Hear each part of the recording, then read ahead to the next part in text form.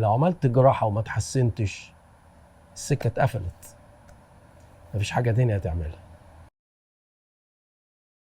يلا عندك انزلاق غضروفي وعرق النسا وعندك فرصتين للعلاج، ممكن تعمل جراحة وممكن تعمل بدون جراحة، تختار ايه؟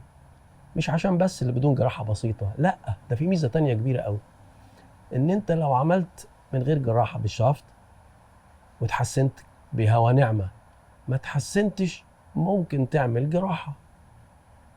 لكن لو عملت جراحة وما تحسنتش السكة اتقفلت، مفيش حاجة تانية هتعملها.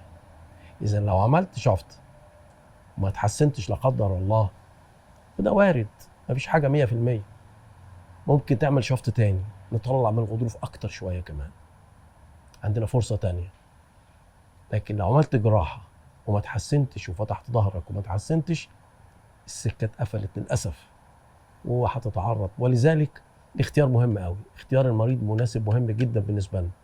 احنا بنحب اليونج بيبل اللي هم الناس اللي هم صغار السن، ما هم دون ال50، ده بنعتبره صغير على فكرة، يعني مش كبير. وكمان الرياضيين، احنا عندنا ناس في جمال الأجسام، وعندنا في الملاكمة، وعندنا في الباسكت بول، وعندنا ناس يعني الحمد لله ربنا شفاهم ويرجعوا يلعبوا تاني. فأنا عايز أقول اللي عنده إصابة وخصوصا من الشباب، أرجوك أرجوك أرجوك فكر مرتين قبل ما تعمل الجراحة. احنا بنقول لك إذا ما مش هتخسر حاجة. ايه اوحش؟ الناس تقول لي ايه اوحش حاجة في عملية الشفط دي؟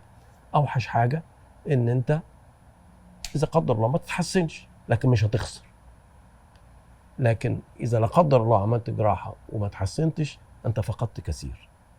فلا تتردد، اذا كان ممكن تتعالج بالراحة دون ان تعمل الجراحة.